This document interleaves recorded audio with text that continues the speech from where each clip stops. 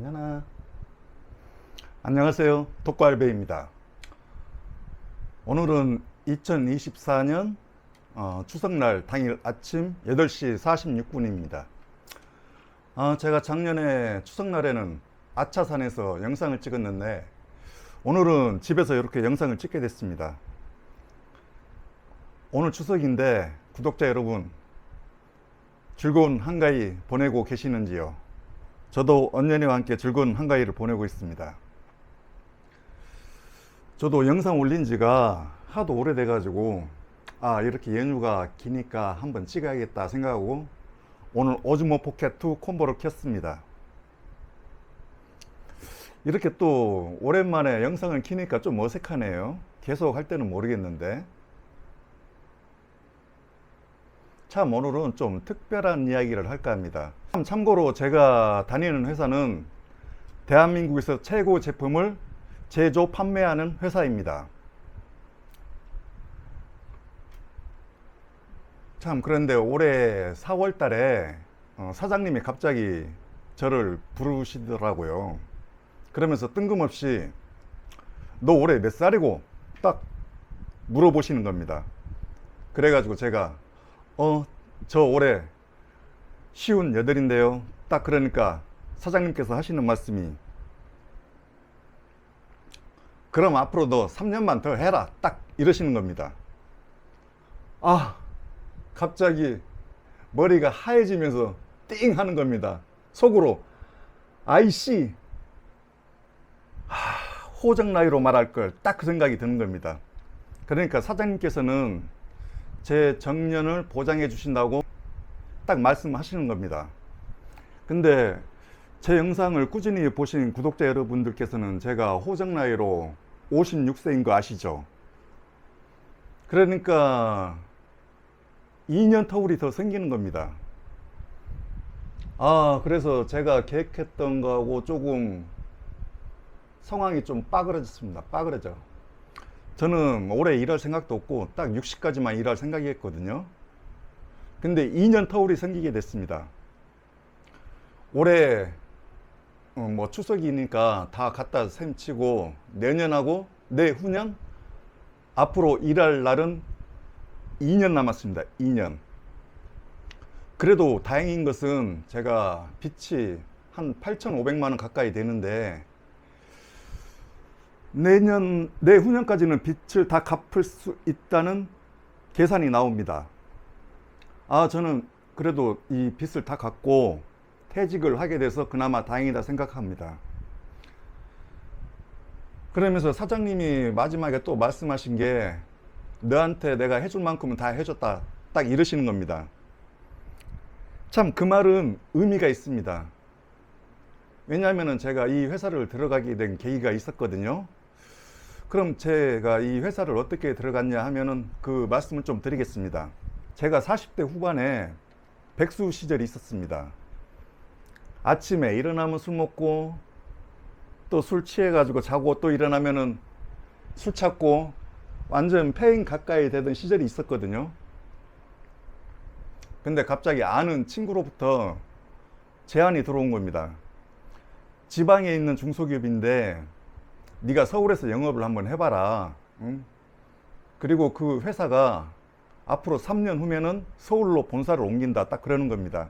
그러면은 네가 그 영업을 하면은 네 공도 인정이 될 거고 그 회사에서 안정된 직장 생활을 할 거다. 딱 그러는 겁니다. 그래서 딱 생각해 보니까 기가 쏠깃했죠. 나보고 영업을 하라고? 저는 영업의 영자도 모릅니다. 제가 뭘 알겠어요. 배운 것도 가진 것도 없는데 더군다나 그 영업이라니 기업의 꽃은 영업이라고 하죠. 그만큼 그 영업이 참 어려운 거잖아요. 그래? 그럼 한번 해볼까?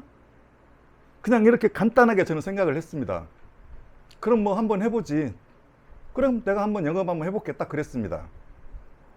근데 이제 저희 회사에서 제품이 몇만 원대 제품이 있습니다. 근데 그 제품을 제가 선물을 주고 사와야 됩니다. 그래가지고 거기서 마진 몇천 원을 남기고 파는 겁니다. 근데 그 제품 하나 팔면은 몇천 원이 떨어지는데 제가 이 제품을 사올 때는 몇십만 원, 몇백만 원이 들어갑니다. 한 번 사올 때마다요. 그 대신 월급이 없습니다. 아, 월급이 없다니. 여러분들은 월급 없이 마진을 준다, 조금 몇천 원의 마진을 준다 하시면 하시겠습니까? 저는 절대 안 합니다. 차라리 월급 받고 마진 없이 하는 게 훨씬 이득이죠. 하지만 저는 곰곰이 생각을 해봤어요. 제 미래를. 앞으로 이제 50이 돼가는데 어디 직장도 못 들어갈 거고 뭐 배운 것도 없고 기술도 없기 때문에 진짜 이걸 꼭 해야 되나, 그때부터 좀 갈등이 생겼습니다. 더군다나 그 영업이라는 그 생소한 형태의 일이기 때문에 이 영업이라는 것을 누구한테 물어볼 사람도 없잖아요. 저는요. 주위에 해본 사람이 없기 때문에요. 그래서 일단 인터넷에서 영업이라는 거 딱 쳐봤습니다. 그때는 여러 가지 뭐 상황들이 올라오더라고요. 근데 그 글만 봐서는 영업이라는 게 대체 뭔지 모르잖아요. 저 같은 상황에서는요. 그래서 그러면 일단 한번 부딪혀 보자 하고 딱 영업을 시작했습니다. 참 제가 영업하는 상대는 병원입니다. 병원. 일반 뭐 회사도 아니고 병원을 해야 하기 때문에, 더군다나 그래도 조금 이점이 좋은 게 뭐냐면은 서울에는 큰 병원도 있고 작은 병원도 있고 의원도 있고 병원이 의외로 많습니다. 내가 이거 병원 영업을 해야 된단 말이야.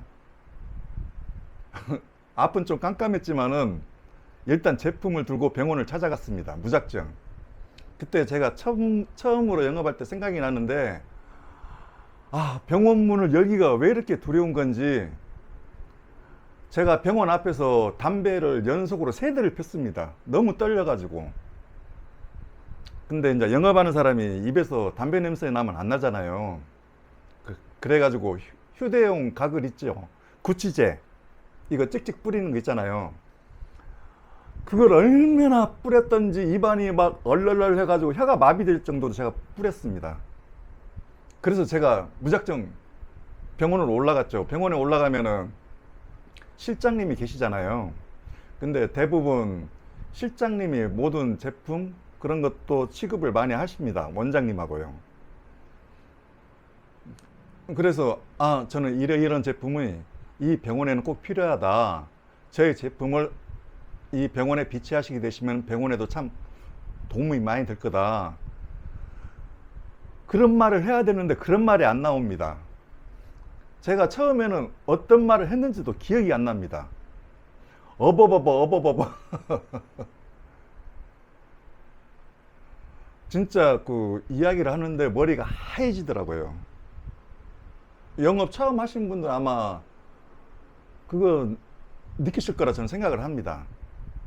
그리고 또 하나 에피소드를 들려드리자면은, 제가 그래도 우연하게 그 실장님을 만나가지고 실장님이 원장님을 소개를 시켜주더라고요. 병원 원장님을. 그래서 제가 병원 원장님께 이제 저희 제품을 이제 소개를 했죠. 그리고 나서 그러니까 병원 원장님이 그러면은 한번 생각해 보겠다고 딱 그러시는 겁니다. 그래가지고 네, 감사합니다. 그러면 제가 다음에 찾아뵙겠습니다 하고 딱 인사하고 나왔죠. 이제 딱 나와서 이제 담배를 빡빡 피는데 갑자기 뭔가 허전한 거예요. 알고 봤더니 상담할 때 그 제품을 제가 보여주면서 상담을 하잖아요. 근데 그 제품을 병원에 놔두고 오는 겁니다. 제가. 근데 제가 얼마나 어리석었냐면은, 그 제품을 그 병원 가서 그냥 찾아오면 되는데 그 제품을 찾아오기가 참 민망한 겁니다. 진짜 이런 영업사원이 있을까요? 저 같은. 그래서 그 제품 몇만 원짜리를 놔두고 오느냐 찾아오느냐 마느냐 갈등을 많이 했습니다. 근데 제가 좀 그런 영업에 좀 숫기도 없고 그래서 못 찾으러 가겠다 해가지고 제가 몇만 원짜리 그 제품을 단념하고 돌아왔습니다. 초창기예요. 지금 생각해 보면 참 바보 같은 일이죠. 그 몇만 원짜리를 그냥 상담받고 놔두고 왔다니. 지금 생각해보면 웃음밖에 안 나오는 그런 상황입니다, 진짜. 그래서 제가 영업을 어리버리 하면서 제가 한 달 동안 했는데 한 건도 제가 뚫지를 못했습니다, 병원에. 아, 진짜 돈은 돈대로 들어가지, 월급은 없지. 참 미치겠더라고요. 그래서 제가 이제 답심리에 있는 병원을 또 방문을 했습니다. 근데 원장님이 참 인상이 좋으시더라고요. 근데 영업을 하다 보면 이런 일이 있습니다. 소가 뒷걸음치다가 쥐를 잡는다. 그 말 아시죠? 딱 그 경우입니다. 그 원장님이 대충 이야기를 듣다 보면, 그래? 그럼 우리 병원에 한번 놔둬봐. 딱 그러시는 겁니다. 와, 그때 얼마나 기쁘던지. 그때 한 달 막바지 딱 되던 날에 딱 한 군데를 제가 병원을 뚫었습니다, 영업을. 아, 그때는 진짜, 아, 이게 영업이구나. 이런 날도 있구나. 그걸 딱 느꼈습니다. 그때부터는 제가 좀 자신감이 생겼어요. 그래서 이제는 뭐 문도 자연스럽게 팍팍 열고 들어갔습니다, 병원 문을요. 근데 영업이라는 게 돈이 안 들어가는 게 아닙니다. 돈이 의외로 많이 들어갑니다. 하다못해 제가 간호사님, 실장님 그런 분들에게 좀 한 번 찾아가서 안 되면 두 번 찾아갔을 때는 제가 캔커피라도 하나 사가지고 갑니다. 저는 밖에서 그 레스비 캔커피 있죠? 제일 싼 거. 그때 한 800원 정도 됐었나? 7, 800원 했을 겁니다. 저는 그거 먹고 그래도 간호사님이니까 그 스타벅스 있죠? 별다방. 그래도 좀 비싼 거 줘야 되잖아요. 몇천 원짜리. 그거 한 4개에서 5개 정도 사가지고 또 실장님께 제가 아부를 좀 했습니다. 그런 돈이 솔창게 좀 들어갑니다. 거기다가 또 밥 사 먹어야지, 그 차 타고 움직여야지. 물론 저는 차는 없습니다. 그때는 버스, 지하철 타고 움직였기 때문에요. 그래서 제가 영업을 하다 보니까 좀 깨달은 게 딱 생각이 났습니다. 아, 이렇게 영업해서는 진짜 뭐 10군데도 뚫기 힘들다. 딱 그 생각이 딱 드는 겁니다. 그래서 제가 머리를 쓴 게 뭐냐면은 그 병원마다 고유 문장이라는 게 있잖아요. 이를테면 연세대 하면은 독수리 마크가 있고, 고려대 하면은 호랑이 마크가 있잖아요. 제가 그걸 딱 창안을 한 겁니다. 그래서 제가 그 마크를 이걸 사용해야겠다 딱 생각을 한 게, 이 마크를 한번 만들어 보자, 병원 마크를 딱 생각을 했습니다. 그래서 참 그 전에 저희가 샘플을 드리는데 병원에 그 샘플이 20g에 500원입니다. 20g에 500원. 제가 이제 본사에서 그 샘플을 20g 하나에 500원씩 주고 사옵니다. 근데 그 샘플을 병원에 뿌려야 되잖아요. 써봐야 되고. 샘플 10개만 한 병원에 뿌린다 하면 5,000원입니다. 5,000원. 제 지갑에서 5,000원이 나갑니다. 이렇게 샘플을 막 뿌리다 보니까 샘플 하나하나 주는 것까지 제 손이 떨리는 거예요. 이 샘플이 다 돈이잖아요. 제 주머니에서 나가는 돈. 그때부터 저는 이제 그 생각을 많이 하게 됐죠. 이 병원에는 이 샘플을 줘야 될 것인가, 아니면 안 주고 놔야 될 것인가. 저는 그때 판단을 잘해야 됐습니다. 그러니까 확률적으로 느낌이 온다고나 할까요? 내가 이 샘플을 뿌렸을 때 내가 이 제품을 이 병원에 납품할 확률, 그런 게 딱 이제부터는 막 계산이 돼가는 겁니다. 왜냐하면 자기 주머니에서 돈이 나간다고 생각을 해보세요. 그런 생각은 당연하게 머리에서 회전이 되게 됩니다. 그래서 저희 그 샘플이 20g짜리를 제가 병원에 지원을 해주거든요. 이 샘플로 환자분들께 사용을 권해보시고, 이 제품이 좋으면은 다시 이 제품을 구매하기 위해서 병원을 다시 방문하게 될 거다. 그런 식으로 제가 병원을 영업을 했습니다. 그래서 생각하는 게, 제가 그 병원 로고라고 했잖아요. 그래서 그 병원 로고를 제가 컴퓨터로 딱 찍어가지고 그 스티커 있잖아요. 스티커를, 원형 스티커를 딱 만들었습니다. 그리고 저희 제품 20g이 그 비닐봉지에 들어가 있는데 거기 저희 제품 사용 설명서하고 거기다가 그 병원 상대편 병원에 마크를 찍어 가지고 병원을 딱 방문을 했습니다. 처음 방문하는 데를요. 근데 그랬더니 병원 원장님이 놀라는 겁니다.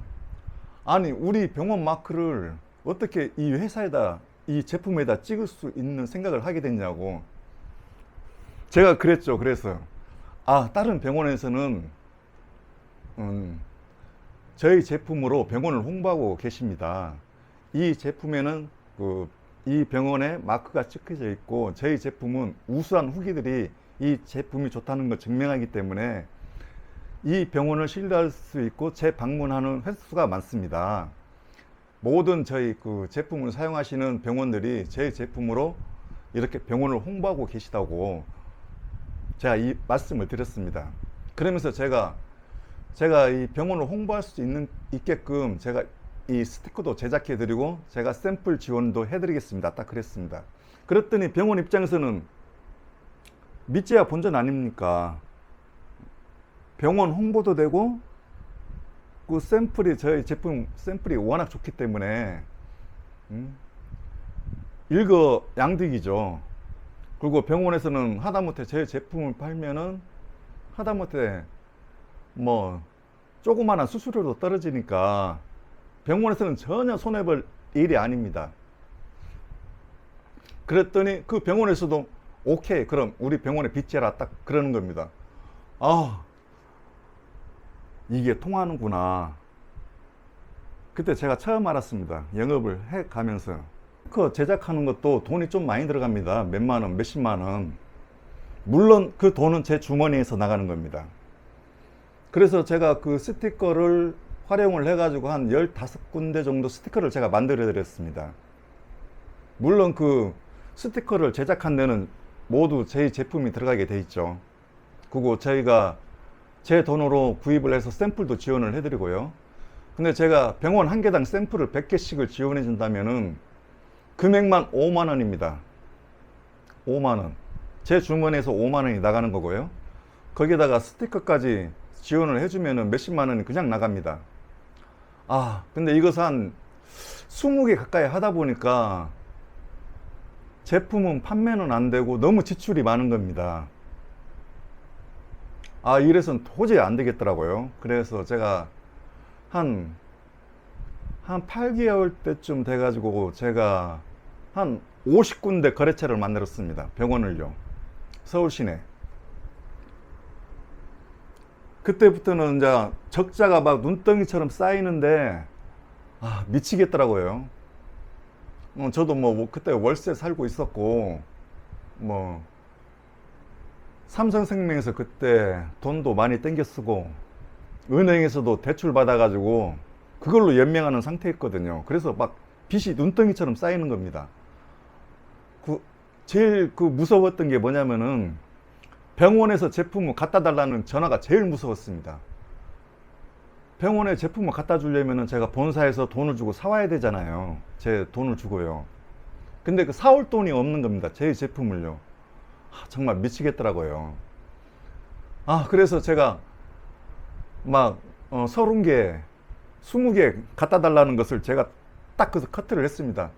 돈이 없으니까요, 제가요. 일단 그럼 5개만 갖다 드리겠다고. 그래서 제가 5개씩만 저희 제품을 병원에 달라는데 납품을 했습니다. 이런 비참한 일이 어디가 있을까요? 제가 많이 팔수록 돈이 남아야 되는데 많이 팔수록 제가 손해보는 구조가 된 겁니다.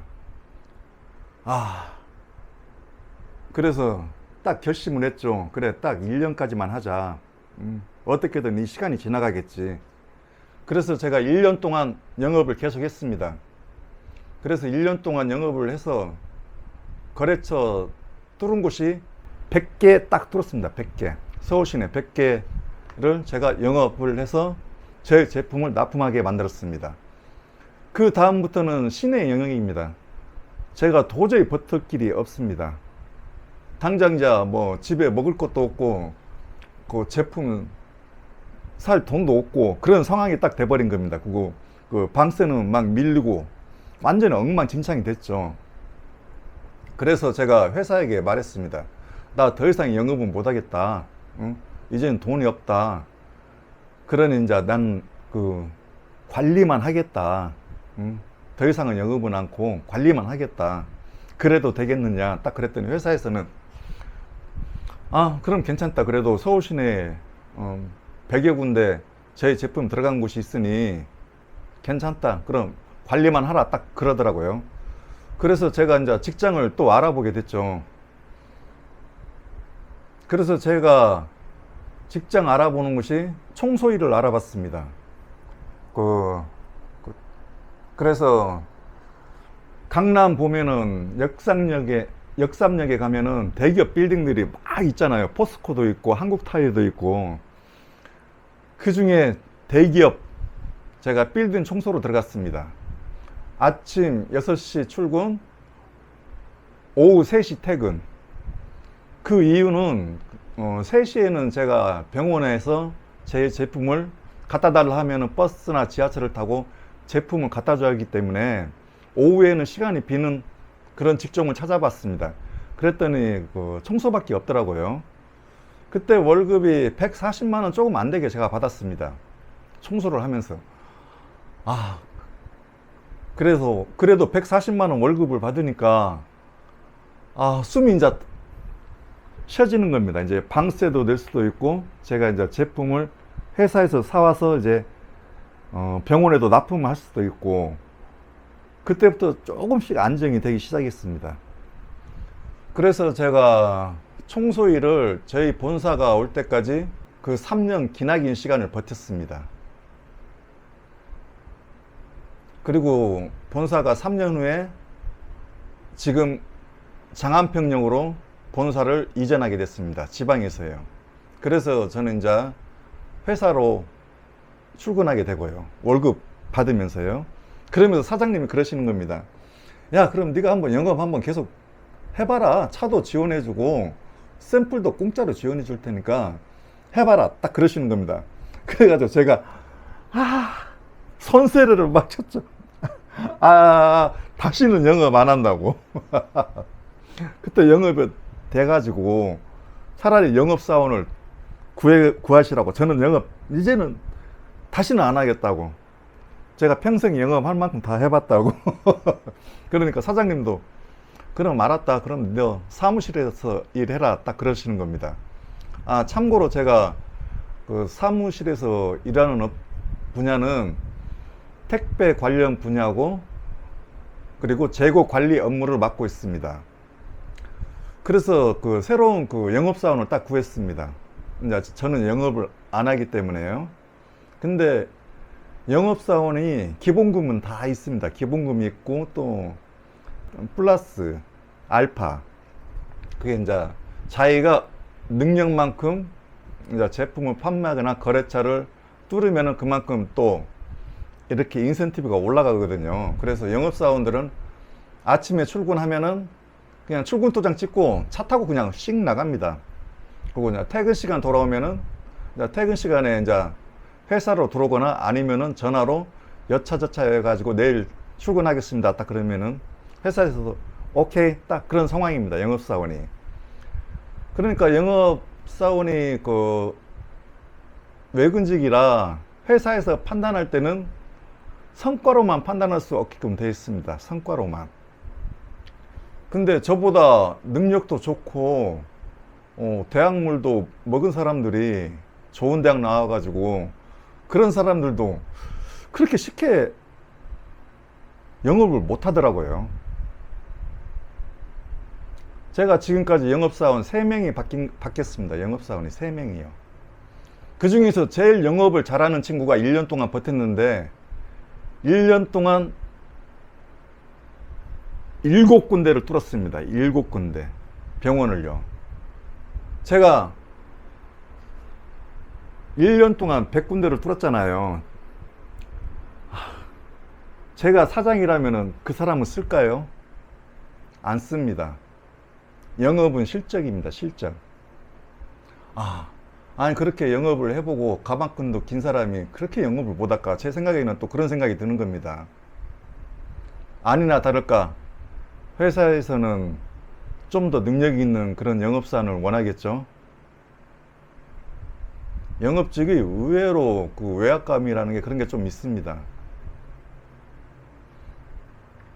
근데 저희 회사도 그 병원을 뚫은 이유가 저희 회사 홈페이지 가면은 저희 제품이 병원에, 서울시내 병원에 납품 들어간다 홈페이지에 올라가 있습니다. 그러면은 그 판매 목적보다는 홍보 목적이 훨씬 큽니다. 저희 회사 홈페이지 방문하시는 분들은 저희 제품에 대한 신뢰도가 상승되겠죠.